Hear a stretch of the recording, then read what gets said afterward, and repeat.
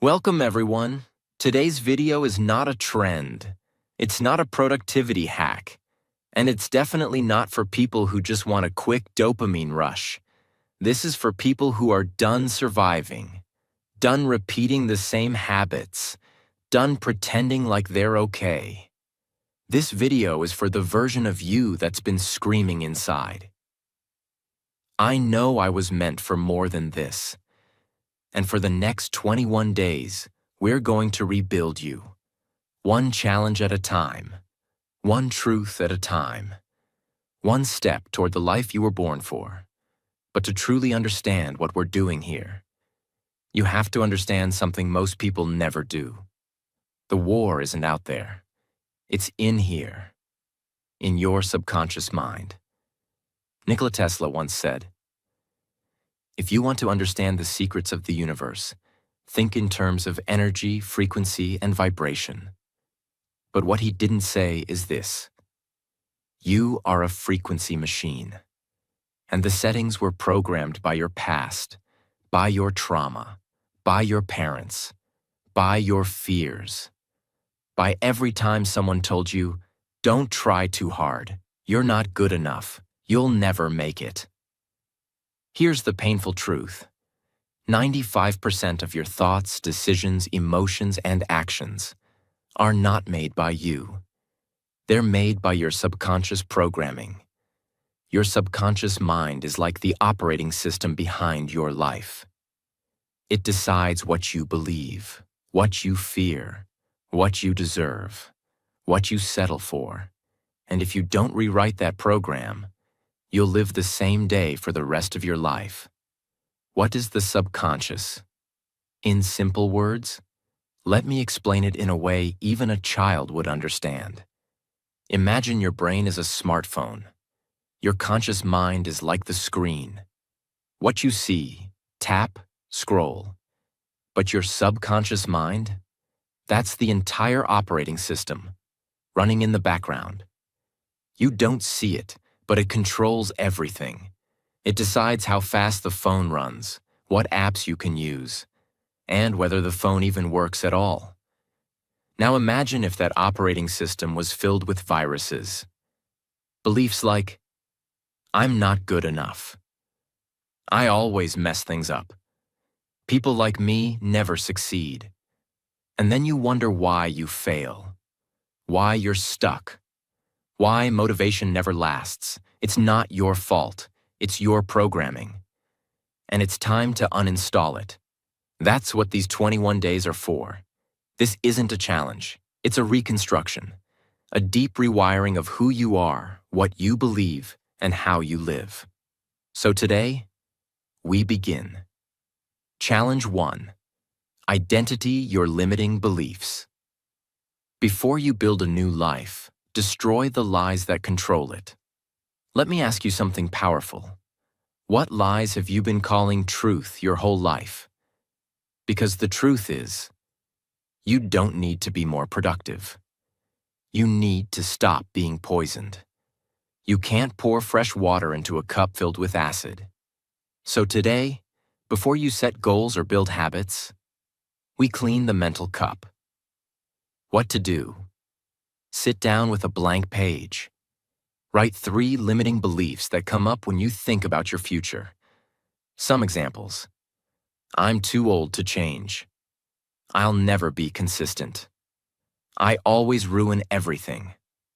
Be brutally honest. These are not affirmations. These are the lies you've been programmed with. Now for each one, flip it. Turn that belief into its opposite truth. I'm too old to change. This is the perfect time to become who I was always meant to be. I always ruin everything. I've made mistakes, but I learn fast and grow stronger. I'll never be consistent. I can become consistent because I now understand what blocked me. Speak these new beliefs out loud. Your subconscious doesn't respond to wishes. It responds to repetition. Say it. Every day, out loud, like you mean it. Let's take Anna, a 32-year-old woman who wants to become a speaker. Her beliefs: Nobody will listen to me. I don't speak good English. I'm too shy. She flips them. My voice matters.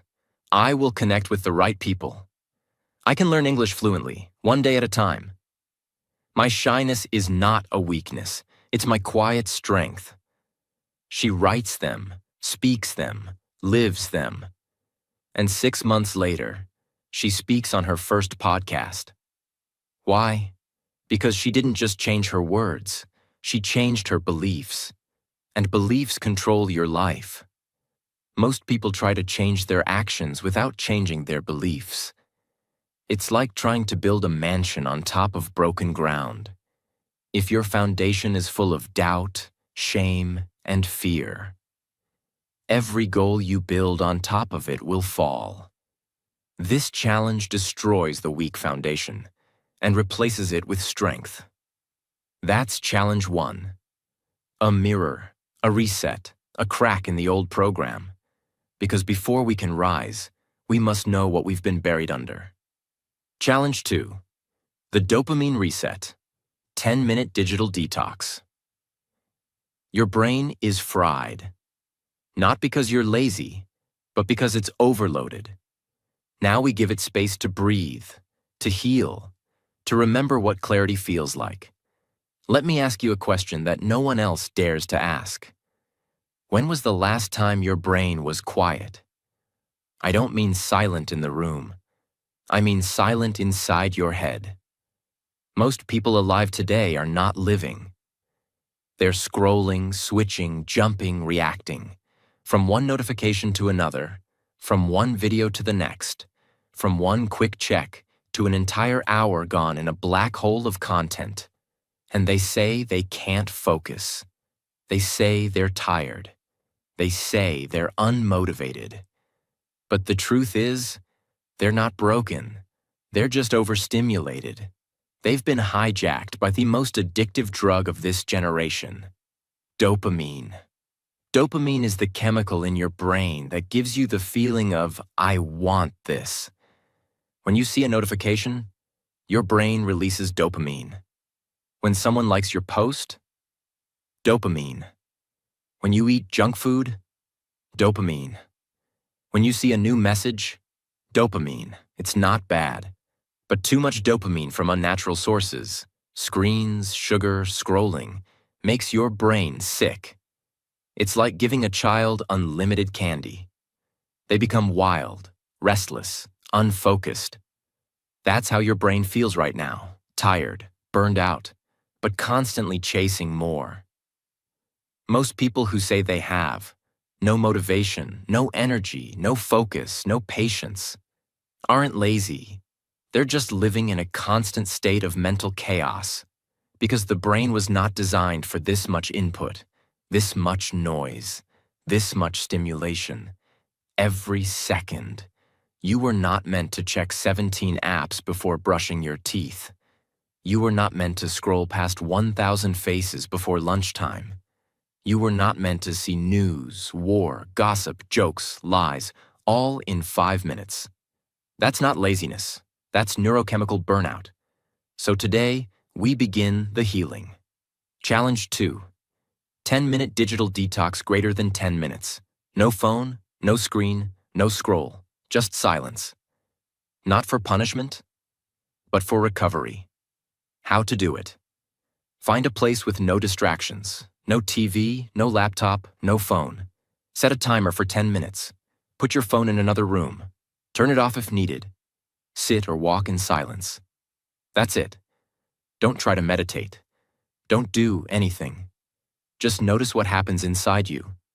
How uncomfortable it feels at first. How you keep reaching for your phone mentally. How your thoughts bounce around. Let them. Observe them. And let your brain begin to exhale. Do this challenge once today.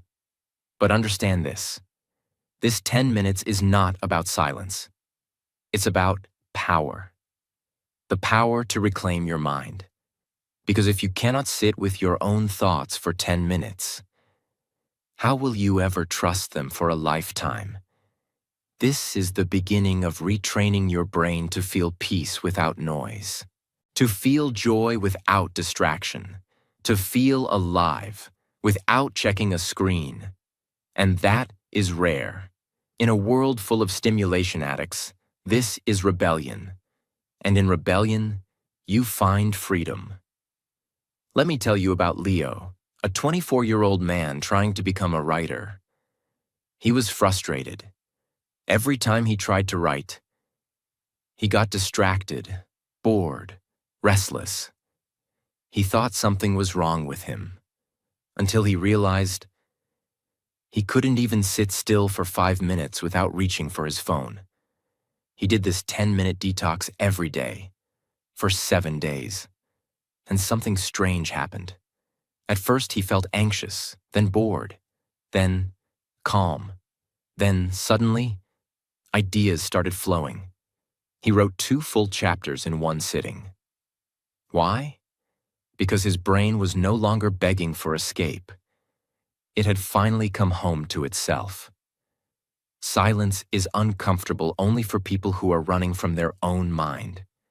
Most people can't be alone with their thoughts, because they've been suppressing pain for too long. The phone is a shield. The scrolling is an escape. But healing doesn't happen through escape. It happens through attention. Attention is the new oxygen. And this challenge gives you that breath. The secret. It's not about time. It's about discipline. Anyone can scroll for 3 hours, but very few people can disconnect for 10 minutes. And in those 10 minutes, you're doing more for your brain than any book, any quote, any podcast can ever do. You're teaching your brain, I am in control, not the algorithm, not the screen. Me. After your 10 minutes are over, write down, what did you feel? What thoughts came up? What were you afraid to feel? This turns the challenge into therapy, into clarity, into transformation. You're not lazy. You're not broken. You're not unmotivated. You're just overstimulated. And this challenge is your antidote. Silence is not the enemy. It's the door. And when you walk through it, you'll meet the version of you that's been buried beneath the noise. That's challenge 2. Silent, powerful, revolutionary. And if someone truly completes this, not just watches it, they will feel different within 24 hours. Challenge 3. Practice 5 minutes of mindfulness. You've been stuck in the past and anxious about the future. Come back to now. 5 minutes. No judgment, just presence. This is not about peace. This is about power. Let's be honest. Most people don't live in the present moment. They live in 2 places, and both are prisons. 1. The past. Regret. Shame. I should have. I could have. Why did I? 2. The future. Fear. Anxiety. What if I fail? What if they leave me? What if I never change? But nowhere in that story do they live in the one place that matters. Here. Now this breath, this second, this moment, the moment you're reading these words, you're alive. But are you actually here? Or are you lost in some thought about yesterday or 10 minutes from now? This is the core problem of the human mind. We're always somewhere else. And if you live in your head, you will die in your life. Mindfulness is not just for monks. It's not a calm activity. It's not about flowers and waterfalls. Mindfulness is a weapon, a way to take control back from your chaotic brain. When you learn how to sit in the present moment, you stop being a puppet to your fears. You stop being pulled into storms that no longer exist. Because when you're present, there is no fear, there is no shame, there is only awareness. And awareness is the beginning of all transformation. Imagine your thoughts are like clouds moving across the sky. Some are dark, some are light, some move fast, some slow. Mindfulness is not chasing those clouds. It's sitting on the ground, looking at the sky and saying, "That's just a thought. I don't have to follow it. That's just a memory. I don't have to relive it. That's just anxiety. I don't have to believe it." Mindfulness is learning to watch the storm without becoming it. And once you learn that skill, you become unshakable. Don't do it to feel better. Do it to wake up. How to do it? Set a timer for 5 minutes. That's it, just 5. Sit comfortably. No need to cross legs or look fancy. Just sit. Close your eyes. Take a slow, deep breath. Focus only on your breath. Feel the air enter your nose. Feel it move through your chest. Feel it leave your body. Repeat. Thoughts will come. They might scream. They might distract. That's okay. That's normal. Here's the key. Don't fight the thought. Don't judge yourself. Just say, "That's a thought," and return to your breath. Keep coming back. That's the practice. That's the power. Let me tell you about Elena, a 40-year-old single mother of 2. Every night, she would lie in bed with her heart racing. Worries about bills, her kids, her job, her body, her future. She started doing this 5-minute practice. The first 3 days, she cried. She felt overwhelmed. Her mind was loud like a storm. But something strange happened on day 4, for the first time in years. She noticed silence between her thoughts, a moment of peace. Then she noticed her heartbeat slowing down, then her breathing deepening, then her mind softening. And by day 10, her kids noticed. "Mama, you look calm now," her daughter said. That one moment made Elena realize, "I'm not broken. I've just never been present."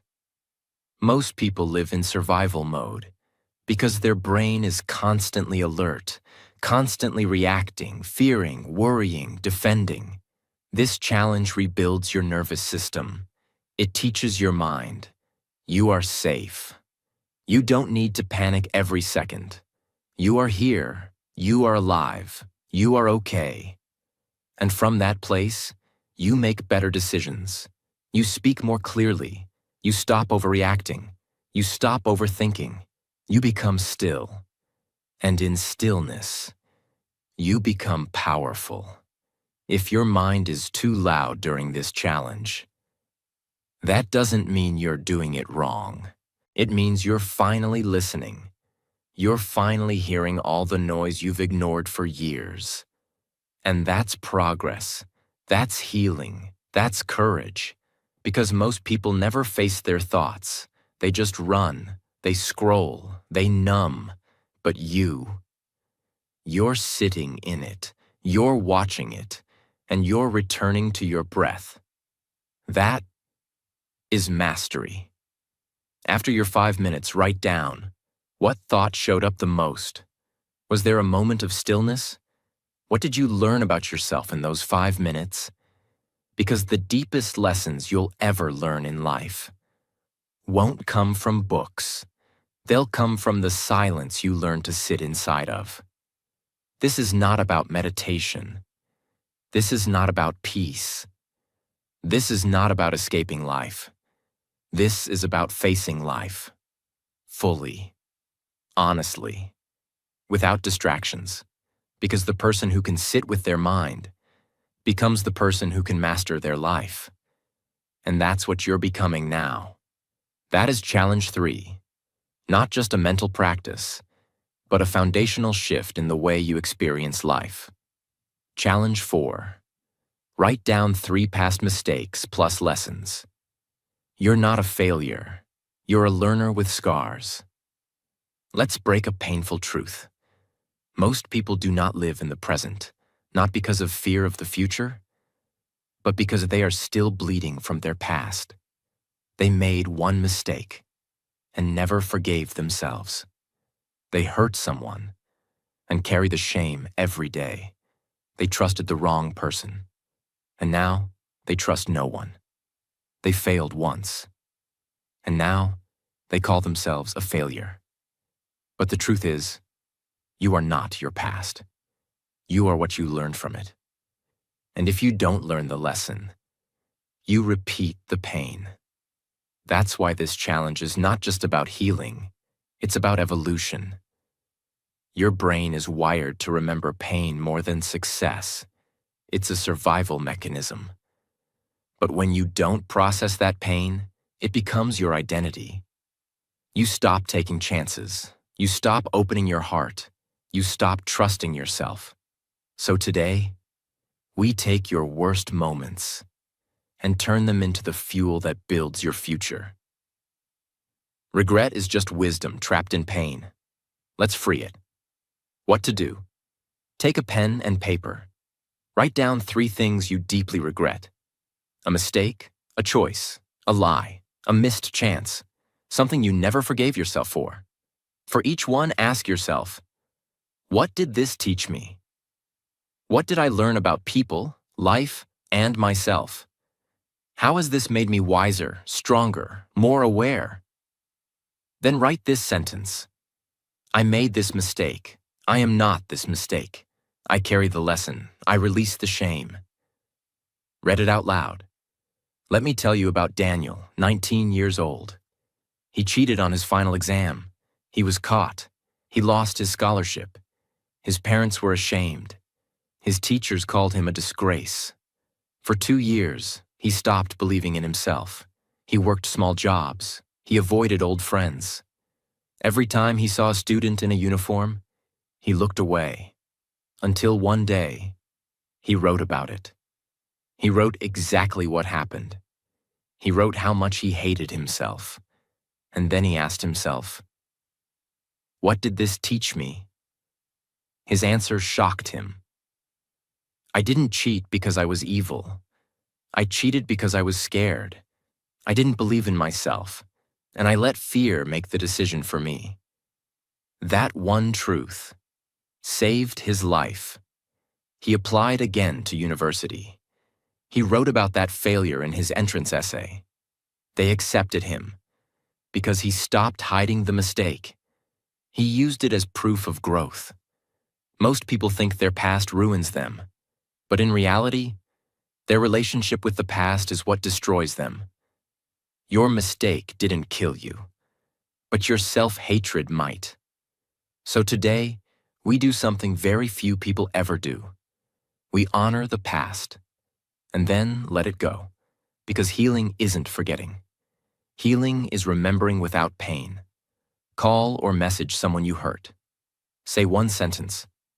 I'm not who I used to be, and I'm sorry for how I acted. Not for them, for your freedom. You don't need their forgiveness. You just need to be free from the shame. The reason people repeat the same pain is because they never gave it a purpose. Your pain has meaning. Your scars are your story, but you cannot carry them forever. So today, we transform them into wisdom, because the world doesn't need more perfect people. It needs more healed people who own their story.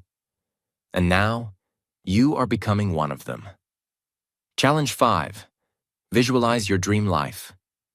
If you can see it, your brain can believe it, and your habits will follow. Most people live their entire life without ever asking, what do I actually want? Not what society says, not what your parents wanted, not what your friends are doing, but you, your life, your truth. Because if you don't know where you're going, your habits will take you nowhere. The brain needs a destination. That's how it works, and this challenge gives it one. Your brain doesn't know the difference between imagination and reality.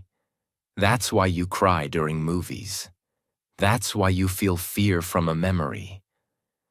So when you visualize your dream life clearly, emotionally, deeply, your brain starts building belief systems around it. You stop saying, it's impossible. I can't do it. That's not for people like me. And you start saying, wait, This feels real. This feels possible. This feels like home. Because the mind can't move toward a blurry goal. It needs clarity. If your dream doesn't exist in your mind, it will never exist in your life. What to do? Find a quiet space. Sit or lie down. Close your eyes. Breathe slowly. Ask yourself, what does my dream life feel like? Where am I waking up? What kind of clothes do I wear? What work am I doing? Who is next to me? What is the energy around me? How do I carry myself? Let your brain go wild. Feel it, see it, smell it, hear it. Now open your eyes.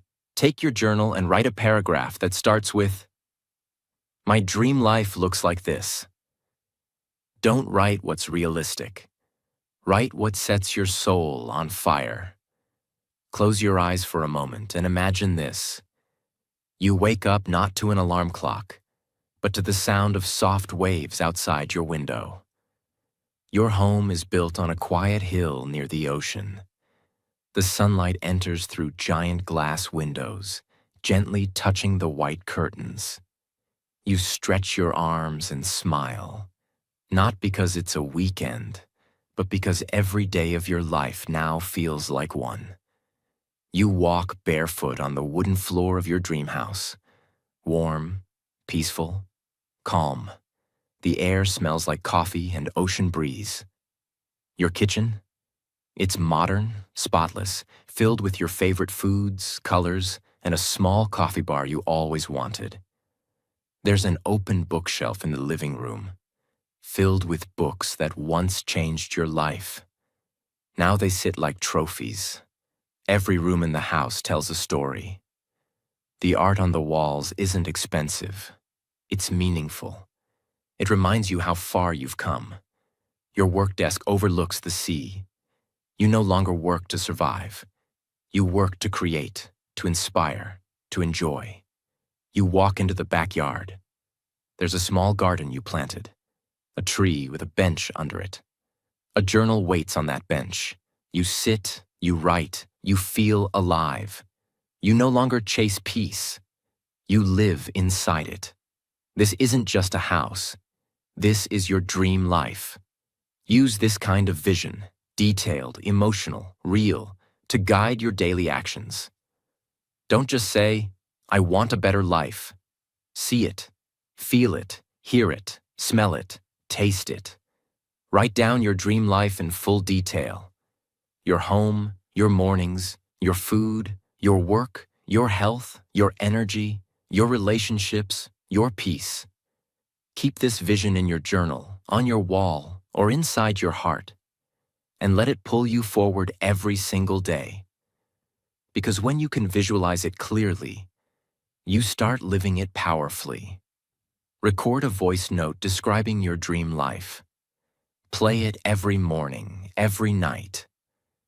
Remind your brain who you are becoming. Speak the future until the future responds. Most people don't live their dream life because they've never actually defined it. They're chasing status, money, fame, comfort. But none of those are clear. This challenge brings you clarity, and clarity kills confusion. And when confusion dies, action begins. If you don't build your dream life in your mind, you'll spend your whole life trapped in someone else's. So today, you don't dream small. You don't hold back. You don't ask what's realistic. You close your eyes, and you let your future self speak, because they're already waiting for you. And now, you're finally walking toward them. Challenge 6. Write a promise to your future self. This is not a task. This is a contract with your next chapter. Let me ask you something dangerous. What do you owe to your future self? Not to your family, not to your followers, not to society, but to you. The version of you 6 months from now, a year from now, the one who is still waiting for you to stop making excuses. You see, we make promises to everyone else. I'll be there. I'll call you. I'll do my best. But the one person we break promises to the most is ourselves.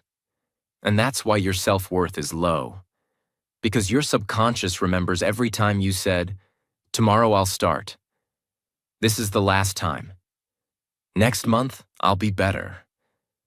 And you didn't. You didn't lie to the world. You lied to yourself. That's why this challenge isn't about writing a goal. It's about rebuilding trust with the most important person in your life. You.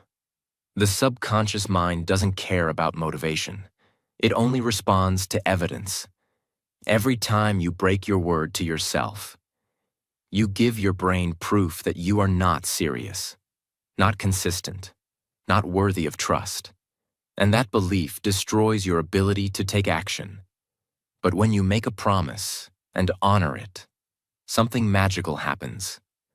Your subconscious begins to believe, maybe we can change, maybe we are becoming something new. And from belief comes momentum. Not a wish, not a dream, a vow, something sacred, something non-negotiable. How to do it? Close your eyes. Visualize your future self, 6 months or 1 year from now. Where are they standing? What do they look like? What energy do they carry? What have they survived? Ask this version of yourself. What do you need from me today? What habits, decisions, and courage do I owe you? Now write this sentence. From this day forward, I promise myself. Speak it out loud, slowly, emotionally, not like a quote, like a declaration, like a spiritual contract. Write this promise somewhere visible, on your wall, on your mirror, in your phone. Read it every single day until your soul believes it. Let me tell you about Andre, a 36-year-old man who used to weigh 130 kilograms. He was bullied his entire childhood. Every year he promised himself, "Next year I'll lose weight." But he never did, because it was always a goal, never a vow. One night, after binge eating alone, crying in his room, he stood in front of the mirror and whispered, "From this day forward, I promise myself, I will never abandon my health again." He didn't say, "I'll lose 30 kilograms." He didn't say, "I'll go to the gym." He made a vow to stop abandoning himself. That promise changed his life, not because of the weight, but because for the first time, he felt like a man he could trust. This challenge makes your transformation personal. It's no longer about likes, goals, or results. It's about integrity, the silent power of being someone who does what they say, even when no one is watching, even when it's hard, even when you're tired. Because one day, your future self will look back and say, "Thank you for not giving up on me when it was easier to stay broken." Don't write a big list. Don't try to be perfect. Just write one promise that feels so true, so sacred, so powerful, that breaking it would feel like betraying your soul. That is how you change your identity. One vow at a time. One commitment at a time. One decision that echoes into your future. And from this day forward, you are no longer a maybe. You are a promise in motion. Challenge 7. Clean one physical space around you. Your outer world reflects your inner world. Let's take back control, one corner at a time. This is not a cleaning task. This is not about organizing your life like a productivity guru. This is about one thing: control. When life feels heavy, when your mind feels scattered, when nothing seems to make sense, the one thing you can take back is your environment. You can't fix your past today. You can't fix the economy. You can't fix other people. But you can clean the drawer beside your bed. You can fold the clothes on your chair. You can make your bed like you're preparing for war. And that simple act tells your brain, I am not helpless. I am not stuck. I am in charge of my world, even if it's just this one shelf. Your brain is constantly taking signals from your environment. Cluttered room equals overwhelmed mind. Dirty kitchen equals delayed decisions. Messy closet equals mental fog. But when you clean even one small corner, you activate a part of your brain that says, I am no longer surviving. I am building. I am restoring. I am coming back to life. Not for beauty, for power. How to do it. Pick one small area that feels messy, heavy, chaotic. Examples: your desk, one drawer, your bed, a corner of your room, one shelf in your kitchen. Set a timer for 20 minutes. No phone, no distractions. Clean it like you're preparing for a new identity. Not like you're organizing, like you're creating a space for a warrior, a creator, a healer to exist. When you finish, stand back. Look at it. Take a deep breath and whisper, this is the beginning of order. This is the space for the next version of me. Last year I was depressed. Not the kind of depression people post about. The silent kind. The invisible kind. I couldn't focus. I stopped believing in myself. My room was a disaster. Clothes everywhere. Books stacked like bricks. Bottles, wrappers, dust. It looked like I had given up. And maybe I had. One night I looked around. I asked myself, if someone walked into this room right now, what would they learn about me? The answer broke my heart. They would see pain, chaos, and no hope. So I stood up. It was 2:14 a.m. No music, no phone, just me and the mess I had created. I started with the floor, then the table, then the shelves. I didn't know it then, but I wasn't just cleaning my room. I was cleaning my sadness, my pain, my stuck energy. As the sun came up, my room looked different. But more importantly, I looked different. I felt powerful again. I had proof. I can change something. I can take control. I am not my chaos. I am not my past. That day taught me something I'll never forget. When life feels too big to fix, start small. Start with your desk, your bed, your bag, anything. Because when you clean one physical space, you send your brain a message. We are not done. We are not broken. We are just beginning again. This is not about tidiness. This is about identity. It's about rewriting the story of your environment so your environment can support your growth. Because your surroundings are not just background, they are signals. And today, we make sure those signals say, a powerful person lives here. A person with direction. A person who respects their space. Because they respect their future. You don't need to clean your whole life in one day. You just need to start. Pick one space. Clean it with pride. And let that space become the symbol of a new era. Because once you control your environment, you start believing you can control your destiny. And that belief is the first step to becoming unstoppable. Final challenge. 8-8. Forgive someone who hurt you. You cannot become your future self if your soul is still chained to old pain. Today, we cut the rope. You can do everything right. You can meditate, clean your room, visualize your dream life, write your promises, fix your habits. But if deep inside you are still holding on to anger, bitterness, pain, or resentment, you're still a prisoner, not of others, but of your own heart. Because forgiveness is not about them. It's about you, your freedom, your healing, your ability to finally move forward. And most people never move forward because they never truly let go.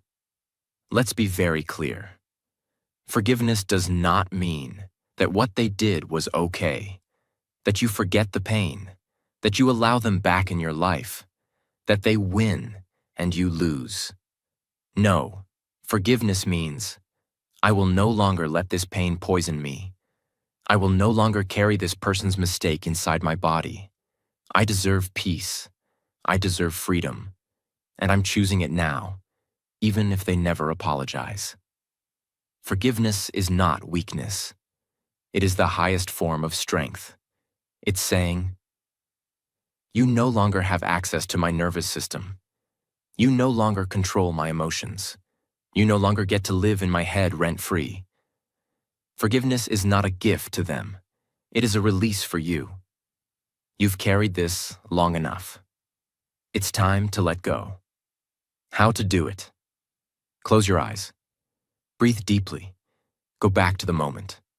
The wound, the betrayal, the lie. Let your mind bring up the person you've still not forgiven. Feel it. Don't fight it. Let yourself feel the disappointment, the anger, the tears, the betrayal, the helplessness. Let it rise. Now whisper or write these words. You hurt me. You betrayed my trust. You left a scar I never deserved. But today, I set myself free. I forgive you. Not because you deserve it, but because I do. I deserve peace. I deserve joy. I deserve a future that is not held hostage by the past. So I let go, not for you, but for me. Now take a deep breath. Exhale. Say it again, slowly, meaningfully. I forgive you, and I free myself. Optional. Write a letter to them, but don't send it. Write everything you ever wanted to say. Let it pour out, then tear the page, or burn it, symbolically release it.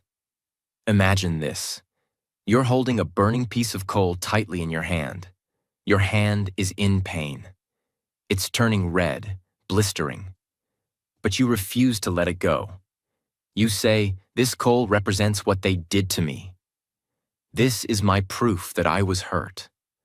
I will hold it until they understand how much they hurt me. But here's the truth. They don't feel the burn. You do. Every second you hold that pain, it's only burning you. It doesn't punish them. It only destroys your peace. Now imagine this. You finally open your hand and let that coal fall. You feel the pain still there, but it slowly starts to heal. The wound breathes. The fire is gone. And for the first time, you are free. The lesson. Forgiveness is not saying, it didn't hurt. It's saying, I'm done letting it burn me every day. You don't forgive because they deserve peace. You forgive because you do. What happens when you don't forgive? If you don't forgive, you start carrying bitterness in your voice, tension in your body, distrust in your relationships, walls around your heart, anxiety in your dreams, cynicism in your words. And over time, that weight turns into a life you didn't choose. You begin to punish new people for old pain. You reject love because it reminds you of the past. You stay stuck because the pain keeps you safe. But you weren't born to be safe. You were born to be whole. And wholeness requires release. You've done so much in this challenge. You've reflected. You've rewired your habits. You've cleaned your space. You've visualized your future. You've written sacred promises. But if you don't release the poison, you'll carry it into your new life. This is the final door. Not to healing, to liberation. And when you walk through it, everything becomes lighter. You don't forgive because they said sorry. You don't forgive because they earned it. You don't forgive because the world says you should. You forgive because you are finally ready to heal. And when you do, the chains fall, the weight drops, the storm ends. And for the first time in years, you take a full breath and feel free. After all 8 challenges, here's how to test if you truly completed this journey. not just watched it. Step 1. The mirror test. Stand in front of a mirror. Look yourself in the eyes and ask, did I show up for myself with full honesty, full emotion, and full presence? If your eyes tear up, if your voice shakes, you did it right. Step 2. The energy test. Close your eyes. Ask yourself, am I lighter than when I started this video? Am I more clear about who I want to become? Do I feel proud of showing up for myself? Do I feel closer to the version of me I've always wanted to be? If the answer is yes, you're no longer the same person who clicked this video. You've been reborn. Step 3. The real-life test. In the next 24 hours, do you treat people with more softness? Do you breathe more slowly? Do you walk with intention? Do you avoid the habits you promised to break? Do you feel something new deep inside? If you do, that's not a coincidence. That's transformation. That means you didn't just watch a video. You completed a soul challenge, and you earned your new identity. And now, here we are. You didn't just watch a video. You just completed something most people will never have the courage to even begin. You looked inside. You faced your wounds. You cleaned your space. You rewired your mind. You forgave. You let go. And you rose. One challenge at a time. You've done what schools never teach, what the world never honors, and what most people spend their whole life avoiding. You chose to change, and that is rare. That is powerful. That is the beginning of a completely new life. Because if you can do these 8 challenges with honesty, with emotion, with full heart, there is nothing in this world you can't become. So as you walk into the next chapter of your life, don't forget this. Your past does not define you. Your fears do not own you. And your future is not written yet. Because today, you became the author. Subscribe. Because this channel is not about noise. It's about truth. It's about healing. It's about transformation. And you are now part of something bigger than a video. You are part of a movement, a place where broken people become powerful again. So, hit that subscribe button. Because this is just the beginning. Thank you for being here. Thank you for being brave. And from the bottom of my heart, God bless you on your journey. I'll see you in the next chapter.